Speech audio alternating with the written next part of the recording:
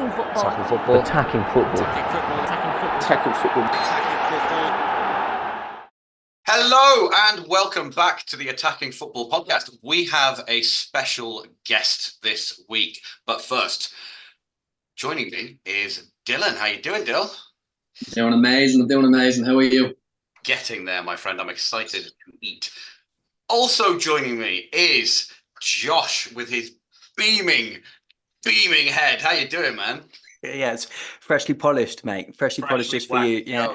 Hey, look, super chipper for a Monday, so can't complain. And as always, in the studio, the voice from above, our producer, Alfie. Alfie, how you doing, man? Yeah, I'm very well, thank you. Looking forward to this one. On to the main event. Joining us is James from the Muppetiers. James, mate, thank you so much for coming on. How you doing? Great. Yeah, of course, it's a pleasure. I'm sure I've interacted with all of you in some capacity or the other over the years, and yeah, I'm happy to be here and take part in it. Thanks, man. If by some miracle there is a Manchester United fan watching that doesn't follow the Muppetiers, because there's 250,000 of you, please go and follow him. But one thing, we are going to be eating in this podcast. Sides. And I've gone and gotten these boys some food. You got some food there, boys? We do indeed. So we're going to have a little bit of food. James, I'm really sorry, mate. I did check the delivery cost to the States. I don't think I could have covered it. Attacking Football does not cover expenses, and I couldn't get it to you, mate. I'm really sorry. But... I don't know how fresh it would be by the time it made it. I was going to say. The quality of food might drop off. So we're going to eat some sides while we talk, but let's get into it. James, I want to start off with you. How did you get into doing what you're doing? Where did Muppetiers come from? Inquiring mind wants to know about the name. Yeah, that's a good question. That's a good question. We get into the Muppetiers lore, and usually the first time I come on anybody's podcast, it's always the first question because it's sort of completely unusual. And I've had people ask many times over the last year or two, why don't you change the name now to something more serious? And honestly, I don't think I ever will, because I think it's part of what makes it what it is. But how did it start? So completely by accident in a lot of ways, as I've kind of shared a few times, this is nothing to do with my day job, my career, or anything like that. In most respects, anyway, it has nothing to do with sport. It has nothing to do with United. It has nothing to do with journalism or anything like that. And just as a fan, my dad is from South Africa, and so he's sort of English by way of South African, and so I was raised with English football, pretty much, and it was hard to get a lot of it back in the day, but at least in the World Cup, the international tournaments, we got all of that. And back in the late 90s, early 2000s, when I was growing up, favorite English players all happened to be Manchester United players. I think David Beckham coming over to the States helped fuel a bit of interest and all of that as well. But you know, is the English team and favorite players, and just kind of attached to it in that way. So that was way back then. And then, you know, come up to some 5 years ago now, has it been, which is almost insane. There was on the Red Devils Reddit, which was like for a long time, I think the biggest, it may still be the biggest kind of platform single discussion area for United. It was just on there, and obviously you get sucked in by transfer things and stories and all of that, and especially during these years that United are kind of crap for a long time now. You get sucked into them more and more because you're looking for like almost a savior, right? Like, what is the thing that's going to happen in each summer? You're thinking this is the real season, right? Where we're going to solve all these problems and fix everything and be back on the pitch winning things. And so I got real sucked into all of that. And I remember, you know, being confused because I'd never really read anything about it. I didn't follow any news for the longest time following United in terms of like this types of thing. You don't get the reports over in the States anywhere, right? They're not on TV talking about rumors, things like that. And so it was like all in on that type of thing.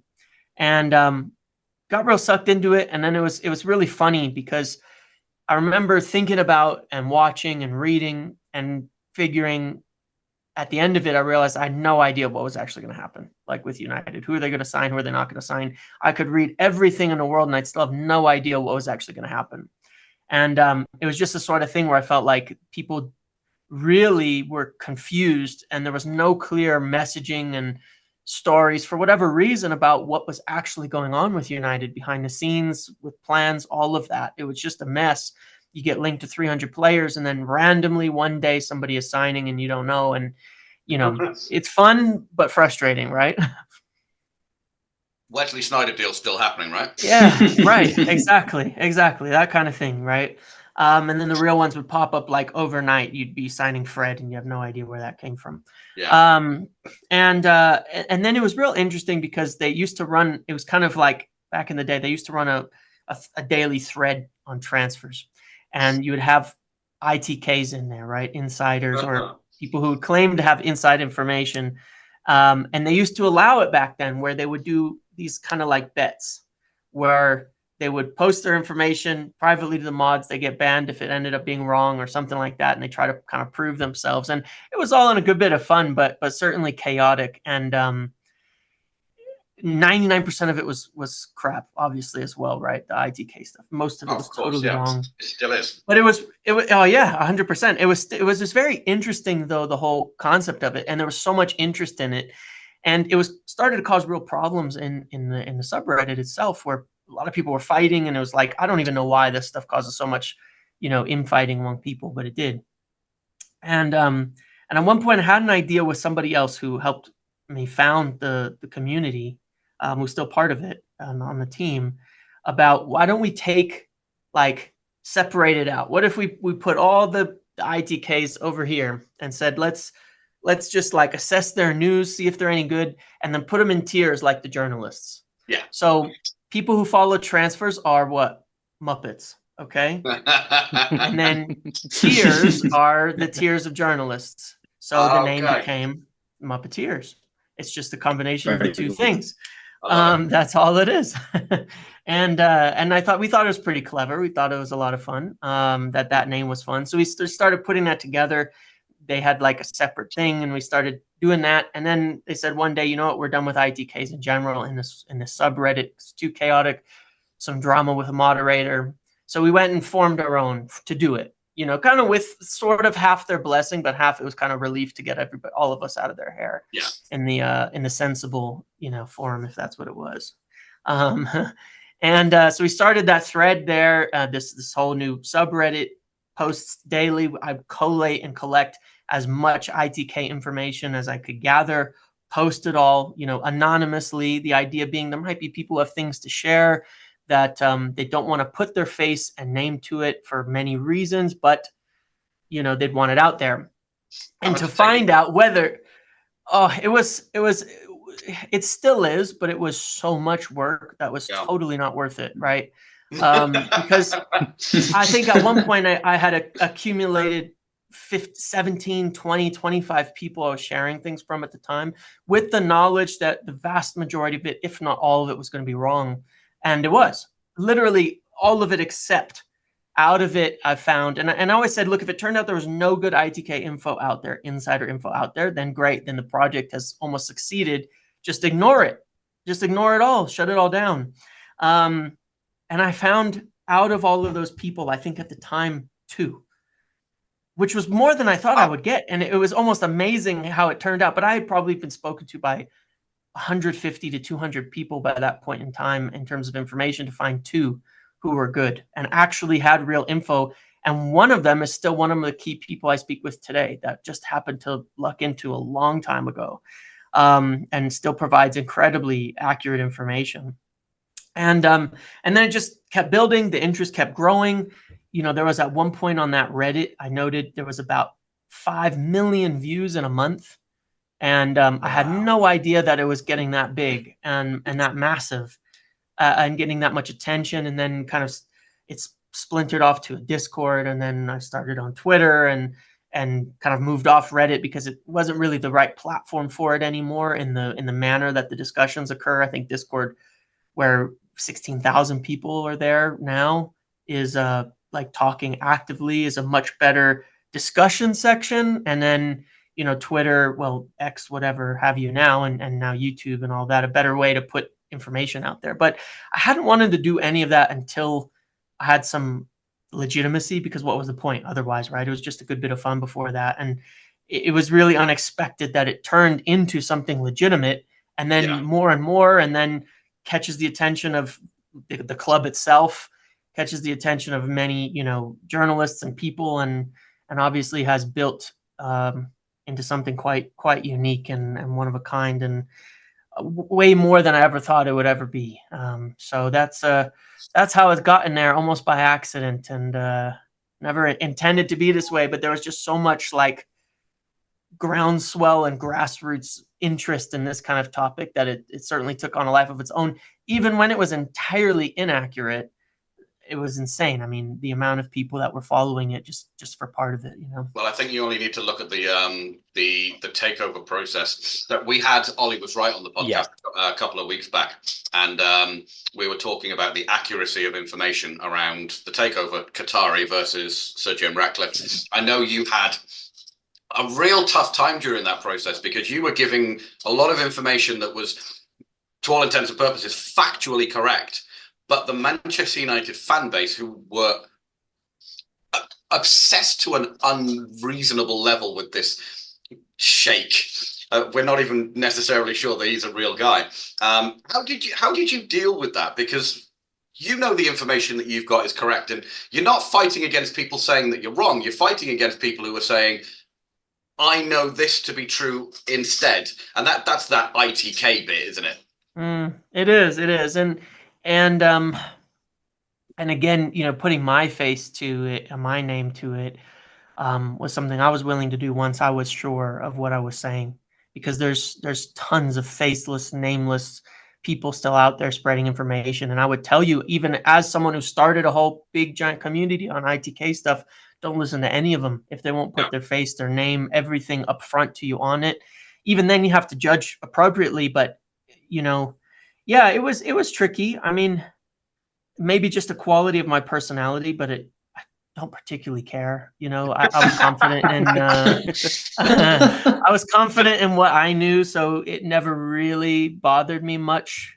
People, you know, saying what they would about it. You kind of learn that on social media as a healthy habit is mostly just tune it all out. You don't listen to any of it. Don't read it. You're not digging through the replies and stressing over what anybody says. You know, just put your thing out there, do what you got to do. And that was pretty much it. And so it didn't, you know, it was stressful because I think the situation itself was not clear. Even with totally factual information, it was chaotic. It was messy. It was like they're there, they're not there. It was all true. You know, you get all the way up to multiple board votes where then it gets stumped up by some random legal challenge and this and that. And everything can be true, but it still can be chaotic. And that's really how it went for the most part, all the way up until Christmas, because even in August, September, had things of them being in talks and closing a deal and doing all this. And they were this close for months and months and months and months while it dragged. And then finally they kind of forced it through at the, you know, right before Christmas to actually get there. And then suddenly it was all correct, you know, and all the evidence was there, those documents published and things like that to the SEC. You get that a small sense of satisfaction that you were a small sense of satisfaction. Look, I must say, James, like, as a United fan, like I've followed, like I had notifications on everything, and I think probably most of us do now to this day, right? Because the information you gave and what gave it legitimacy from my side was the fact that you weren't just like, this is what's happening. You were like, I've got some information, I'm going to sit on it until I know more. And we actually had a discussion with a journalist from Sky Sports last week about the importance of being first or the importance of being right. And you were someone who was it always seemed like you were like, it's more important for me to be right than it is to be first. And that really came across. And to me, that really solidified your legitimacy, if that makes sense. Yeah, I appreciate that. And that's a very good kind of assessment, because that's something that had to change for me over the years in learning, you know, because originally I was thinking to be good, I have to be first. Like if this is going to work and to get information out there, I've got to put it out quickly and put it out first. But my intention with the community overall is not even that. It's to be really accurate. And I don't feel as though I'm competing anymore. Maybe I did in the beginning, but I thought that was a mistake. I don't think I'm competing, with journalists. I don't think I'm competing with what's out there. I very regularly share what other people have written and said and say, this is true to my knowledge, and try to add something to it to help people, steer people in the right direction, because there's a lot of people with good information out there. But how do you kind of align it all into this is really what's going on? And that's more the focus. And so sometimes there's things I'll put out that'll be first, and a lot of times there's things I'll add context to and point out and indicate and tell that part is not true. That's something not to listen to, but this is really what's going on. And at the end of the day, whether it's from me, from someone else, or a combination, as long as people feel correctly informed, that's the goal. That's what we want. That's what I think would be the ideal for the fan base and for everybody. So, just going back a step, you mentioned that during the takeover process there was a bit of, shall we say, uncertainty in the boardroom, where there were multiple votes happening, so on and so forth. Yeah. We have a new boardroom now, and I say we because we've intentionally kicked the Liverpool fan off this week's podcast, and we did it with Manchester United fans. So we have a new boardroom this season. This summer. How do you feel that's going to shape the business that Manchester United do over the summer? Yeah, it's a good question. Something I've made a point of for a long time that I still strongly believe is that there's a lot of good people presenting good ideas at United, and there always have been. I was kind of privy to kind of almost a ridiculous level of information at one point many years ago, and it shocked me because it totally changed my mind about quite a few things. I mean, there's always been the aspect of the Glazers and what they're doing to the club as a whole, in a general sense, right? And to the stadium and these aspects and the debt and everything. But what I did not know prior to that point in time was how micromanaged everything was in terms of transfers, in terms of, contracts, in terms of business when it comes to football. I mean, Joel Glazer was 100% de facto the director of football for the last 10 years. There's no way around that. He absolutely was, because what do you call the person who approves or denies every deal you present to them because of his opinions and his feelings? What do you call that person? That's the director of football, because otherwise how can you make the decisions? If you've got people calling you up and saying, this player's available, do you want to sign him? And he's saying no, when the football people are saying yes, well, he's the director then. He's in charge. He's running the football club in a very hands-on way. You might not know the answer to this, but what is Joel Glazer's football knowledge like? If he's the one making that decision, let's go back a couple of managers. Jose Mourinho is calling up Joel and saying, listen, I've got this player available. He'll cost this much money. Can I have him? Yeah. Is Joel going, well, I don't like that money? Or is Joel going, I don't like that footballer? Both, absolutely both. And he has his own advisors, right? But they're mostly financial. But yeah, both. I mean, that's the crazy part about it is I don't think you would know, like the people would not know, why did Joel Glazer turn that player down? We don't know. Why would he say yes on that? We don't know. It would be essentially similar to any one of us just taking over and running the club. Even if we have good intentions, without the expertise and the knowledge, I'm not trying to let him off the hook, because it's ridiculous to do that way. But even if you had the best of intentions, you don't know the right answer to everything. You're kind of going based off of your opinion. If you're not empowering experts, empowering people who are hired, who have the knowledge, the experience, and all that to make these decisions. If you're not doing that, you've taken it out of their hands and you're basing it off of your opinions. And that's why United have been such a pendulum, for such a long time, because that's what you get when you run based off of someone's opinion rather than information. It swings wildly and there's no overarching direction, no overarching plan. So as to the original question, obviously it's impossible to look at and say, well, that means we'll sign this player, this player, this player, that. What it should do is, and what I do expect is that who we look at and watch and target is who we'll end up with. And, you know, and hopefully a little bit quicker than usual as well, and in removing some of the time delays in between, and that each of the signings will be made ins and outs on the basis of a common thread, and not simply because it was a random opportunity, not simply because it was, you know, that individual player. Yeah, exactly. There will be a plan. And again, it's sort of like, you know, in a 1 season window, you may not really be able to tell the difference totally from the outside, right? In terms of signings. But you will over time. You will over time, and it'll start to make sense as the team comes together. But the difference will be there. The difference will be there, and it'll be pretty staggering, you know, just by giving the people who make the decisions the ability to do so. It would be quite different, even if by all intents and purposes on the outside, it looks like you're just making signings like usual. It'll be different. The process of getting to those signings is the bit that's changing, right? Sorry, Dylan. Yeah, no, in regards to the signing, so, and a plan, one of the plans seems to be centre-back, and one of the centre-backs that we seem to be targeting is Todibo. In regards to how easy that deal is to do, in regards to how INEOS own Nice and Manchester United, what are the obstacles in that deal, or is there any obstacles? Yeah, well, so the obstacles are mostly the normal transfers at this point, normal obstacles now.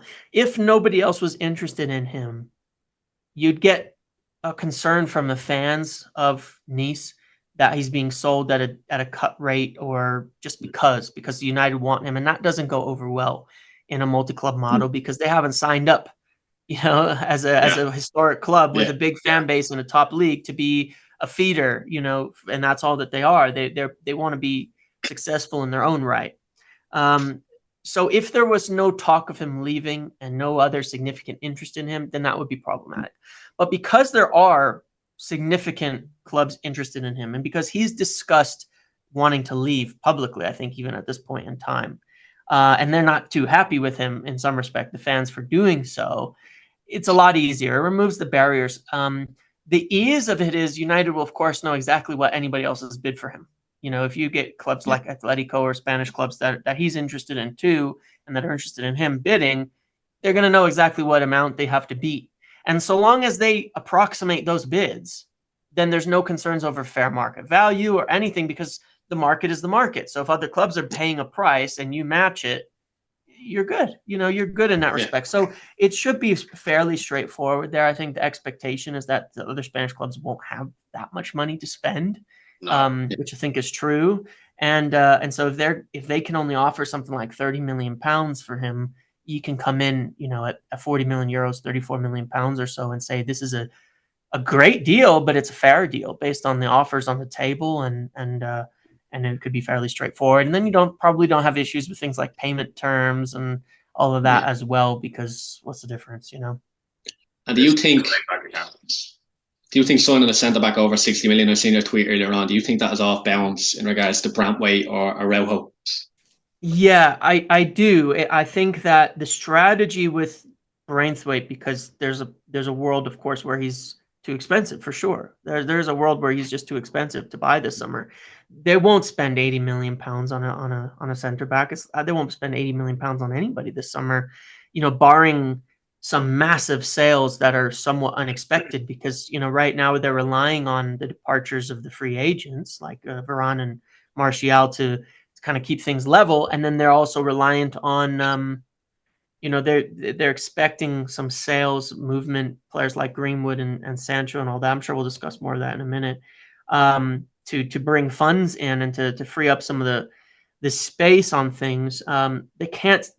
They need too many signings to be spending 80 plus on anybody. You know, you need 2, maybe 3 center backs this summer. You need forwards, you need midfielders, you need wing backs, you need everything. And, you know, so the strategy with Braithwaite, I believe, as far as I've heard, is kind of, it's just, this is business, is that Everton's financial situation is such that they probably need money this year before July 1st. I believe they need a significant amount of money to keep them out of trouble, further trouble, and another points deduction down the road for violating and breaching those losses and all of that. And they're up to like 200 million plus in loans given to them by the incoming group that may never actually get into the club, and who knows what's going on with that. Ours takeover is at least not that bad. And I think to some degree the idea is make them sweat, because the closer it gets to July, the more they need to sell someone. And unless, Barcelona comes and stumps up 60, 80 million for Onana, which I don't see where they're getting the money for that, especially not before July 1st either. They're going to have to end up selling at a more reasonable fee. Someone like Braithwaite, who is a saleable asset. And that's mostly the strategy is bring it down closer, keep the pressure building on them, and see if the price comes down to a level that's feasible or not. And if it isn't, then they won't buy him. And if it does, and he can come down to, a 45, 50 million, maybe put some add-ons on top of that type of deal, then I think they will get it done too. You mentioned another name there in Onana. We are obviously looking at a Casemiro replacement. Onana is one of the names on that list. Is that deal a likely deal? I wouldn't say likely. And I don't know exactly why. I just have been told a few times in the last few months that it's probably not that likely. Mm-hmm. In part, probably due to expense. I think he will be very expensive. I think they view him as a player who could be worth even a lot more in the future, as a pretty unique, physical and technical profile as a player. And midfielders can get really pricey, over the years as they develop. And so I think it to some degree, it's like he may be one they want to hold on to if they can, and that Braithwaite becomes the much more saleable asset to raise funds. Expensive, and then it's about cost and all of that too. You have to be really sure, that he's the right partner for Xabi Alonso, and that he's going to be that anchor. Maybe he is, maybe he isn't. I'm not sure about that at the moment. I think I would love to get him. I'm just not sure. So I think there's a few question marks around it that make it a bit less likely at the moment. And again, to cost, when you've seen prices quoted 70, 80 million, I think they're more likely to stick out for a high fee for him than they are for Braithwaite. And there may be more competition for Onana down the road as well. Yeah, I think I'd agree with that. In terms of midfield targets, where is the club looking at the moment? I mean, is Jason Wilcox actively involved in let's sort out the targets now? Because we don't have Ashworth in place yet. We don't have Berrada in place yet. It is Dave Brailsford, it is Matt Judge, and it is Wilcox. So are they getting into that level of granular detail at the moment? I think you mean Matt Hargreaves, because Matt Hargreaves, yes, sorry. Yep. But same job, same first name. They are. Yes, they have not, because they haven't started, getting into concrete discussions over anybody really at the moment. And that's not that unusual, being at the end of April. They've done a lot of basic check-ins with agents and representatives and things to feel out players' willingness to move, all of that. They have a really wide net at the moment. And I'm trying to how would I describe this to some degree? Because one can get the impression by the way that things are being presented that there isn't a strategy. It's just that the strategy is really big in some regards because there's so much to do. So when you look at a brief like today about everyone's available except these three players, you do kind of have to see who you're going to sell in order to prioritize positions where you need to buy. If you go and you let Casemiro go, of course you have to get a deep midfielder. I argue you have to anyway, but it becomes a lot more necessary, and you cannot get away without buying a deep midfielder if Casemiro leaves. And it changes how much you can spend and all of that. So there's a lot of questions that have to be answered in terms of clearing the players out. So right now there's a really wide kind of net where they're saying we've looked at so many, and the scouting and all of that is a multi-year process up to this point. You know, the names that they have on their lists and things have been put together over the course of the year and narrowed down where they probably have 3 to 5 strikers, wingers, midfielders, deep and attacking, left center backs, right backs, and left backs. And Wilcox, essentially one of his biggest jobs right now is going to be looking at and assessing the team that is there and saying who is good enough and who do we absolutely have to sell, and, you know, kind of putting them, this is my own thing. I'm not saying this is what he's doing, but in my mind, I think of it like putting them in brackets. Like, this is a player who's good enough for the position to go into next season as a starter. This is where we have a player who's questionable. This is where we 100% need someone for next year, and making those kinds of assessments, and then factoring in, okay, is that person saleable? Is this person going to stick around? What is the, you know, can we bring Jadon Sancho back into the fold instead of buying a new winger? You know, these are all the types of questions that have to come up and have to be, you know, figured out essentially in order to do it. But because it's, when you take a brief like today through all these very well-connected journalists, and it's been that case for more than 2 months. I said it in February 15th that this was the thing, and with the names of the 3 people who would for sure be staying. But it's taken that long to kind of say, yeah, we're ready for it to be public now. But what it kind of tells you is a bit of a reset. And so you're rebuilding the whole team with the idea that you have only 3 players that are for sure guaranteed 100% part of the future. You're rebuilding the whole team, but even when you look at it, you take things like, and this would be part of Wilcox's assessment. It says it would take a big offer for Bruno, Onana, or Dalot. It also says, and I think Rashford. So you can start to put in, you know, Kobbie Mainoo, Garnacho, Højlund, and then probably Dalot, Onana, Bruno, Rashford. Well, what's left? That's where you're going to see the positions where you're going to be buying players most likely first, and looking to sell first. And then you're going to keep moving on from there, because you're saying those are the players that we can manage with, that unless they give us so much money, we can start rebuilding the whole team. We're going to keep them. You know, we're not selling Bruno, Dalot, or Rashford for 30 million, but we'll sell anybody else for 30 million, for 20 million. It doesn't matter. They could go because we can get replacements of requisite quality in for good prices there. And that would be Wilcox's job. So while we're on the subject of Wilcox, there was a report this week that I saw you rubbish, that Wilcox had gone to Ten Hag on his first day at work and said, you must play this way. I'm pretty sure I saw you personally say this is absolute nonsense. What's the story there?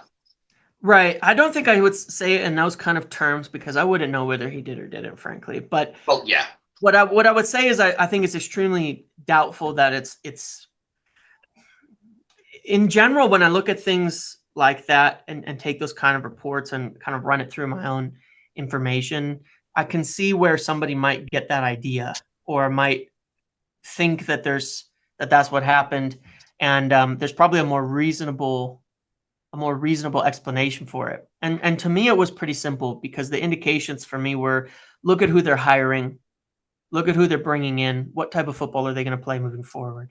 When you're hiring city people left and right, and your top manager target, if you were going to change the manager, would have been Xabi Alonso, you know what kind of football you're looking to as the ideal. When Jim Ratcliffe is talking about City, you know, in this one game being the best game he's ever seen, when you're watching possession-based teams dominate in England every year now, City and Arsenal, again, you know, the top 2 right now, and you know what kind of football it's probably going to lead to, which is possession-based football. There's a wide variety of possession-based football, but that's where you're going to go.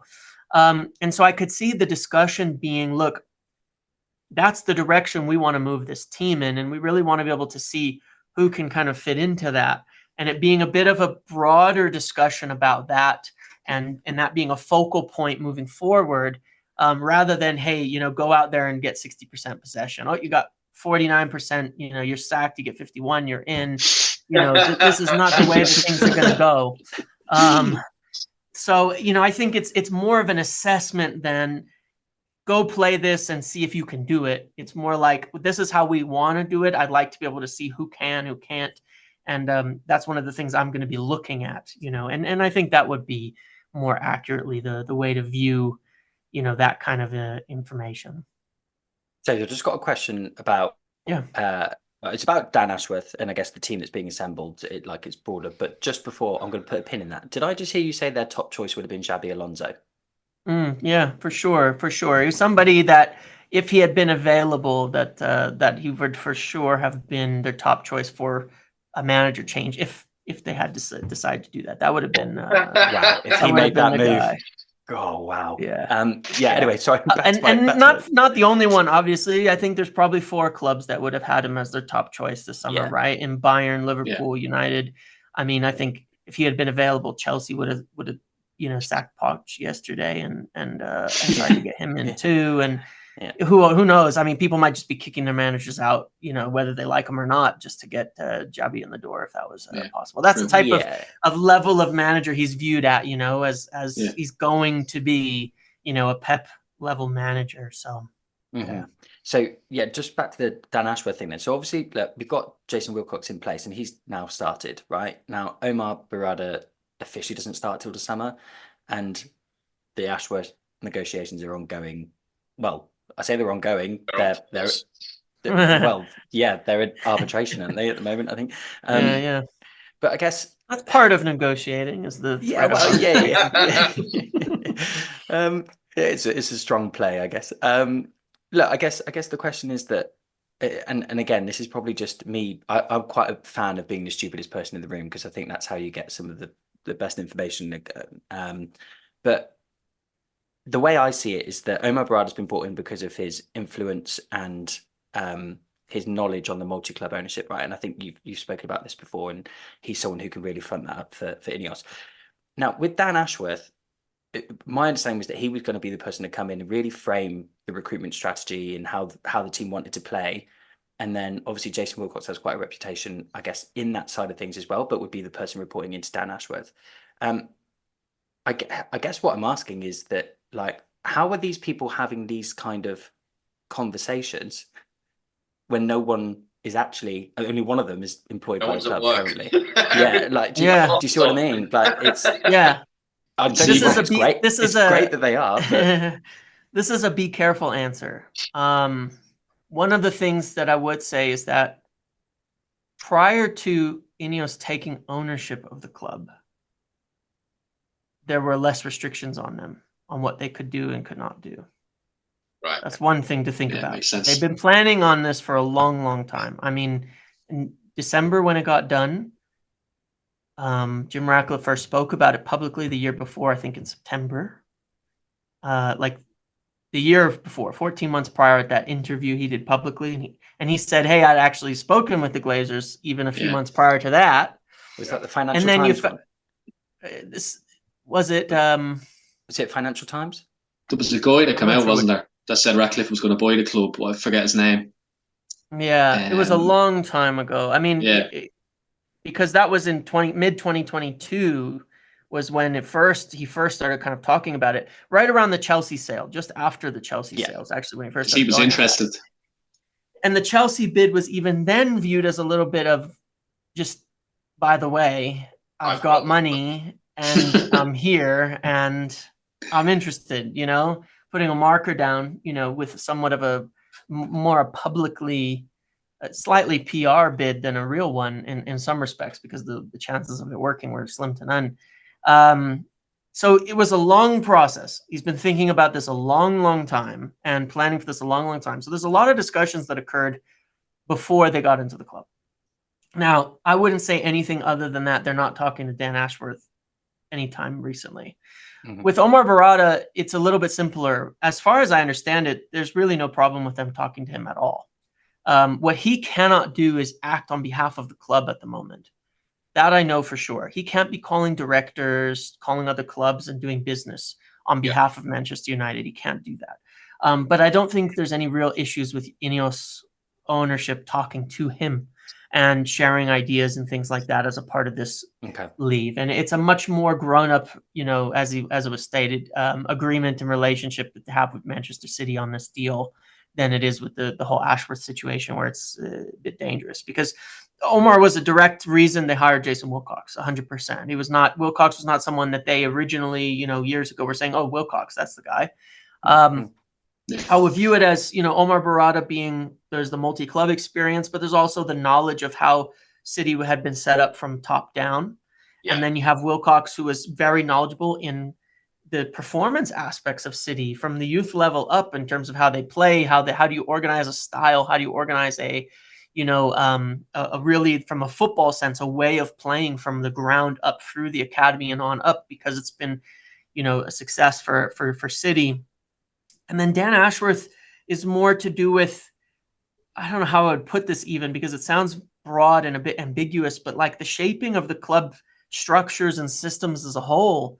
How do you actually organize each of these departments and these areas to be set up correctly?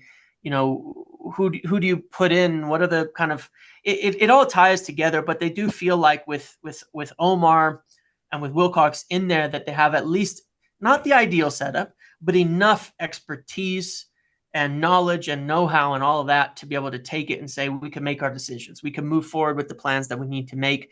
And it's not going to be out of control. And I have severe doubts that they're going to be pushing ahead in any type of play style that Dan Ashworth would disagree with. He's also installed at Brighton when he was there, Graham Potter and De Zerbi, two possession-based managers, De Zerbi to an extreme level. So there's a lot of alignment with their football styles between the experiences of all these individuals. So I think it's pretty obvious. So whether Ashworth is there or not, at the moment, they can still do a lot of the major, things. They can focus on the major things and push ahead with them with some confidence there. Nice. One of the things you said at the start of the podcast that kind of stuck out for me was that there's good people inside Manchester United with good ideas. One of the departments inside the club, which I would say is probably the only elite department inside the club, many would agree, is probably the academy. Mm-hmm. With Wilcox coming in, and with the experience he has in Manchester City's academy, how involved is he going to be behind the scenes with the academy? And is there expected to be any wholesale changes or a revamp in that department? Yeah, a couple of things. And I think it's interesting in this respect. There's the academy overhaul started some time ago, and is something that, Murtaugh doesn't get as much credit as it probably should for it. But also with Nicky Butt back then too, when he was still around, he had kind of started this as well, and so did Solskjaer. They were really integral into the side of the revamp that, that the good people who are there now are 100% doing an amazing job and continuing. But I think 3 years ago it was said, look, some of these players, when we were talking about Jimmy Garner and some of these guys coming through, and they didn't all kind of make it the level that we thought. People were saying, look, it's fine. In actuality, these kids who are in these under 14s at that time are incredible. And now those are the guys we're seeing at, the under 18 level that are incredible and are easily the best crop of youth in that age bracket that we've had in ages. And so this process started a while ago, and there's good things in there that are certainly not going to change, because, as you said, it's one of the areas where they are certainly elite. I think where more can be done is where we've had a lot of failures is, number one, the transition from academy to first team football. If they're not quite ready, or there isn't space for them in United's first team, what do? We've had really bad experiences with moving players around on loan and then becoming anything. It never works. We've never loaned someone out and then they come back and it all works out. We've loaned Ahmad, had a great time. He's come back in, virtually doesn't play. We loaned out Palestri a bunch of time, come back, doesn't play. There's nobody, that we've ended up loaning out and they come back and suddenly they're amazing. Rashford was straight into the team. Garnacho straight into the team. Greenwood straight into the team. Anybody who made it was straight in. The guys who weren't ready or there weren't space for them at the time, we've pretty much failed. And I think that's one of the huge pathways that they'll want to work on improving. That's something I think that City and, at Chelsea and such have done really well, is those guys get loaned out and they play and they bring so many back in. to the fold and can make use of them. And that is, I think, a huge area that will focus the proper transition and setup. There will be changes, a little bit more delineation between the first team and the academy from a more physical, like logistics standpoint. It's sort of a plus and a minus in some respects, but it's necessary because the first team has to be the major focus right now. And there's a whole thing by Andy Mitten on this, which is interesting. And it presents a positive of the way that Carrington and such is set up, that the academy sort of is intermingled with the first team. At the same time, from a logistics standpoint, it's kind of problematic for the first team. It's not the ideal environment for them, where they have to wait till the academy kids clear out of the locker room because they're not actually allowed in there at the same time. And, due to different ages and things like that. You had situations where Sancho, they had to build like a locker bathroom for him to change in because of the legal reasons and because they all have the same facilities. And it's kind of a mess in that respect. It's not the best for the first team. And it messes with the logistics. So I think it's, there's going to be some changes that create a better situation for the first team. I wouldn't say they make a worse situation for the academy. It's just different, but they are well separated from a logistics standpoint at City and places like that. And it's not a bad thing. So as long as the pathways are there and you have a technical director, like Wilcox, who's going to be the one saying, yeah, now they're ready to go to the first team. Let's get them in training for a few days. Let's put them back and organizing that. I think it'll be a bit more organized in general. Yeah. So at the moment, Darren Fletcher's doing that job, right? He was until part of it. Yeah. He yes and no. I think that at the moment Ten Hag's been doing it, saying this. I want this person up into the first team.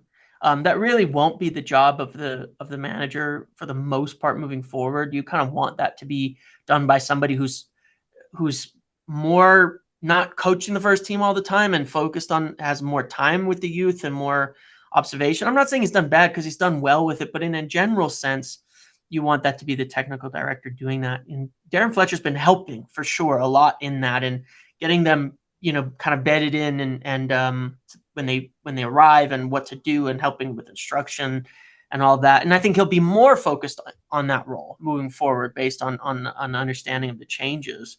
So it won't change that much for Darren Fletcher aside from the name of his role. He'll just be mostly focused on doing what he's already been doing well and to continue that. Because I think that has been a big factor in why some of these youth have been able to come into the first team and kind of settle in and succeed, is having someone like Fletcher to instruct them. That has been a success for sure. Who would have thought? Do you think his sons make it to the first team next year? Oh, they will. What was that? Do you think his boys make it to the first team next year? Jack and Tyler. They will at some point. They probably will they? Yeah, they're really good. Yeah, I think they will. I don't know if you've seen, the way Ornstein does that Q&A thing on his Athletic page, and someone posed a question about Olise, and he said he feels that he's more likely to go to a Champions League club.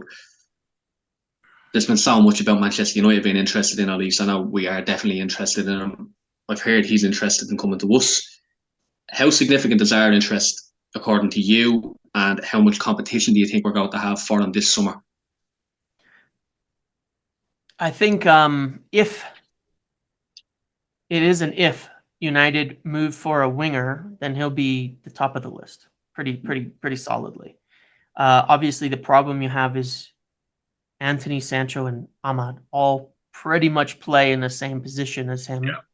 But none of them have nailed the spot down at all.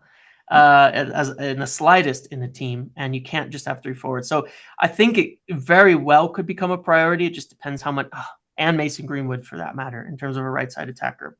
So that's four players you have to sort out something to kind of clear up there as to what's going to happen. And so I think if they can sort that out, and it is a big if because it's a lot of things to sort out in one summer, that he would be top of the list. I think it'd be a really good move. When I hear like Champions League clubs, I don't always take it totally literally. There was a lot of talk about that even when we purchased Sancho in the first place. That and there was like, final day. I remember we had to like beat Leicester on the final day to get into Champions League, and it was like, well, if we beat him and then he doesn't sign, or how is this going to work? Back then there's been different things over the years. I wouldn't take it that literally. I think United on the whole could be considered a major Champions League club. We're just sort of, on holiday a little bit and We're taking and a need to holiday get around back Eastern to Europe.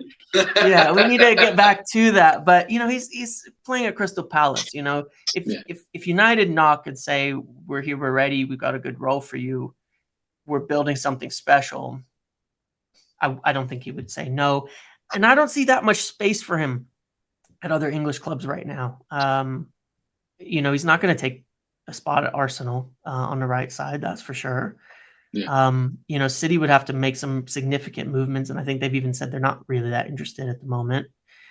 I don't see a better place for him to land than United. If he wants to go to Europe, then I'm not sure you're taking a step up by going to somewhere like PSG, and I'm not sure that that's what they're looking at either. So I think United is his most likely landing spot if he leaves at the moment, and I think the Chelsea thing also is falling apart, and they're certainly worse off than we are. So there's that. Can I ask about Jadon Sancho? Because he is a bit of a talk of the town, a bit of an enigma. Was setting the world on fire, came to United, and then threw water all over it by seemingly. Look, there was always the talk of he thought he could wait out Ten Hag. Now there's obviously rumours flying around that potentially that will be the case. There is a lot of talk about end of the season Ten Hag not being there, but Sancho will still be on the books. Do the club have a view on this? Like behind the scenes, do they have an idea of what they want to do? I guess they've spent some time looking into what happened, which you'd hope and which you'd expect. But I just wonder if they kind of have an idea in their mind around how they want this to play out. Right. Well, I think that there's almost 3 different factors into this, right? Number one is obviously Ten Hag. If he continues as manager, then there's likely no way Sancho ever comes back into this team. If he doesn't, then you have to ask, is the next manager enthusiastic about him, or just I'll have him if he's available, or doesn't want him, right? Then there's that. Then you have to factor that kind of thing into, which is an unknown. And then you have to factor in, does he want to be at United anymore? The issues that led to all of it stem back before Ten Hag. They have a lot to do with the club itself as a whole.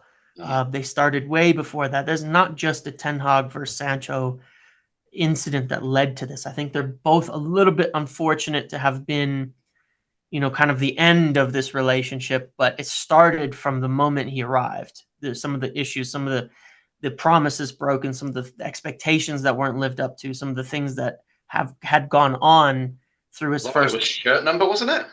There's even little things like that, right? It's little things, but it's not how you start. Position in the team, where are you going to play? What are you going to do? Your role. Those are huge discussions in recruitment and contract talks.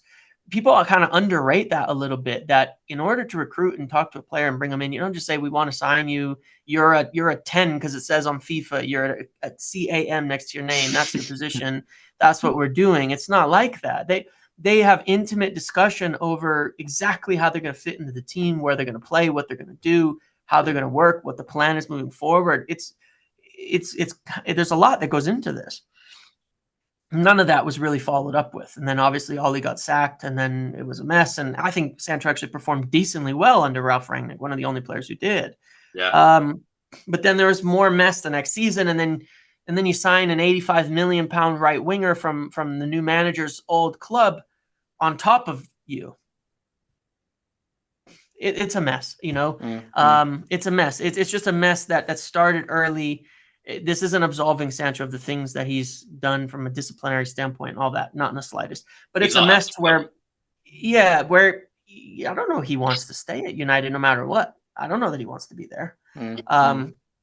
I don't think that there's some feelings of not being protected, of allowing it even narrative wise to be a big thing where he's definitely the only one in the wrong in the scenario.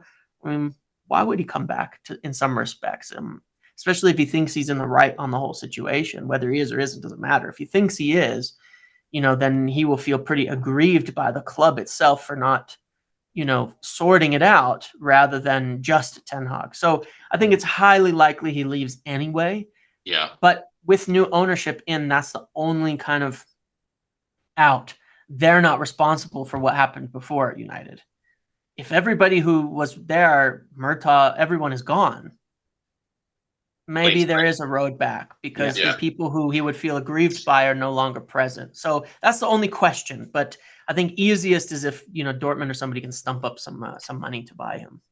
Yeah. 2 questions, James, and then we're going to do a little fun game at the end to wrap it up. First question: all of the transfer targets that we've talked about so far in this podcast, do they remain in place, this very wide net that we were talking about earlier, if the manager changes? All the players that we're looking at, do they remain the same if we bring in a different manager? Well, yes and no, because I think that's part of the reason for the wide net is you could say these ones are a little more like this and these ones are a little more like this. And the manager will have an input no matter what. And I'm not nearly as much, but they will have some input. Sometimes it's just a matter of personalities and getting along with people and things like that. So I think the list doesn't change. The 5 players or so for a position that they say these are the guys.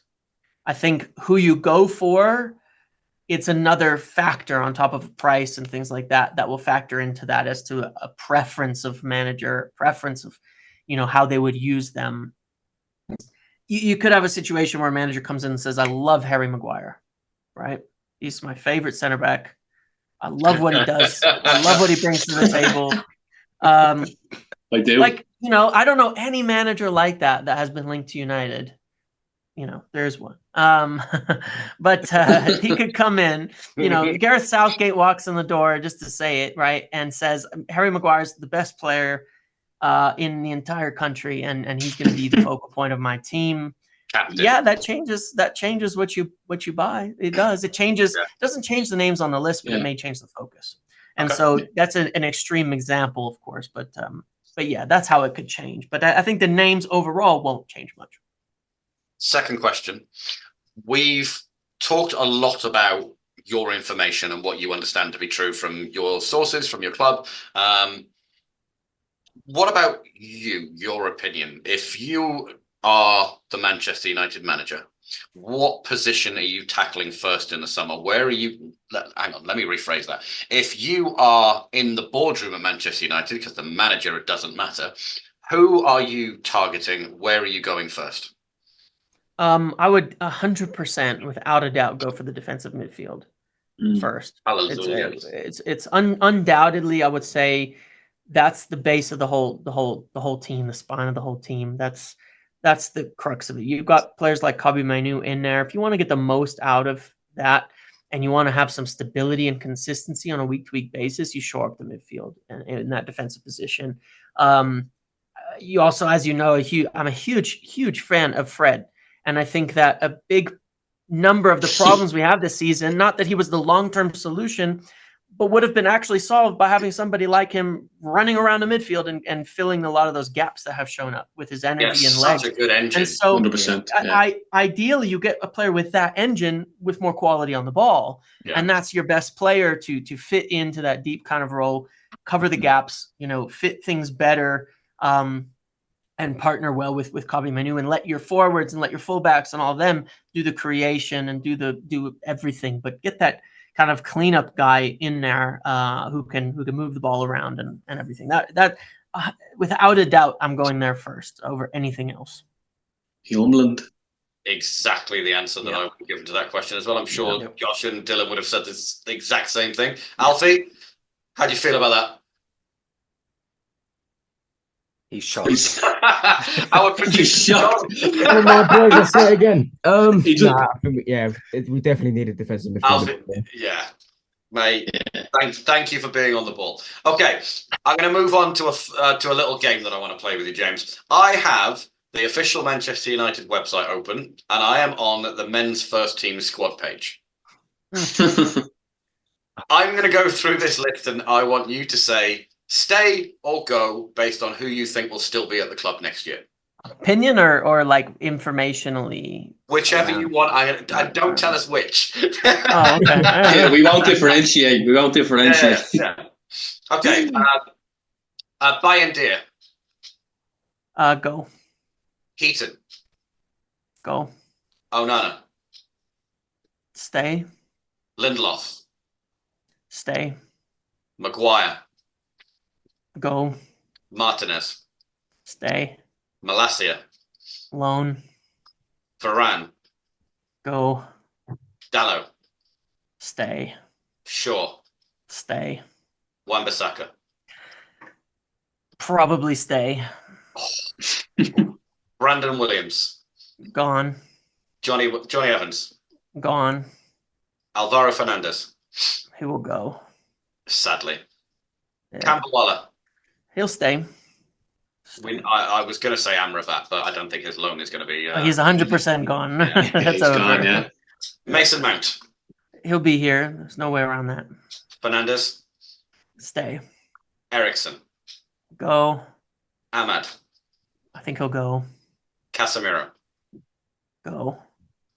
Palestri. Go. Van de Beek.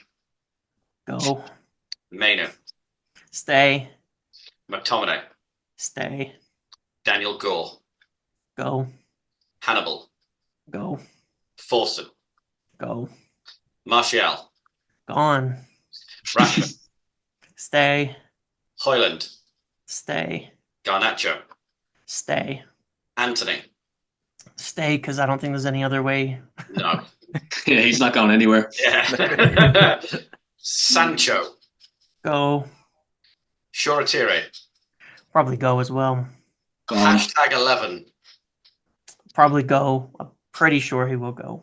We don't say his name on this podcast. Hashtag 11. Fair Okay. enough. That is a lot of players to replace in the summer. It's going to be a very Yeah. busy window. Yeah. It's a good job Yeah. next season 7-a-side. Yeah. Okay, that's Wilcox is going to have the time of his life. yes, it is. That's a great place to leave it. James, thank you so much for giving us an hour and a bit of your time. I really appreciate it. Thank you. Of course. Of course. It was a That pleasure. was really insightful. Thank you also to Dylan and Scott and producer Alfie, who I think is awake now.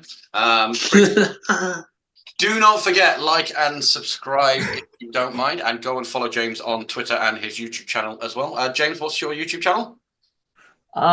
It's just at Muppetiers, I think, as well. It's in my link anywhere. Yeah. When you find it, just use the links. I don't know. I might have some weird code, but Well, we'll put it in our description below. yeah.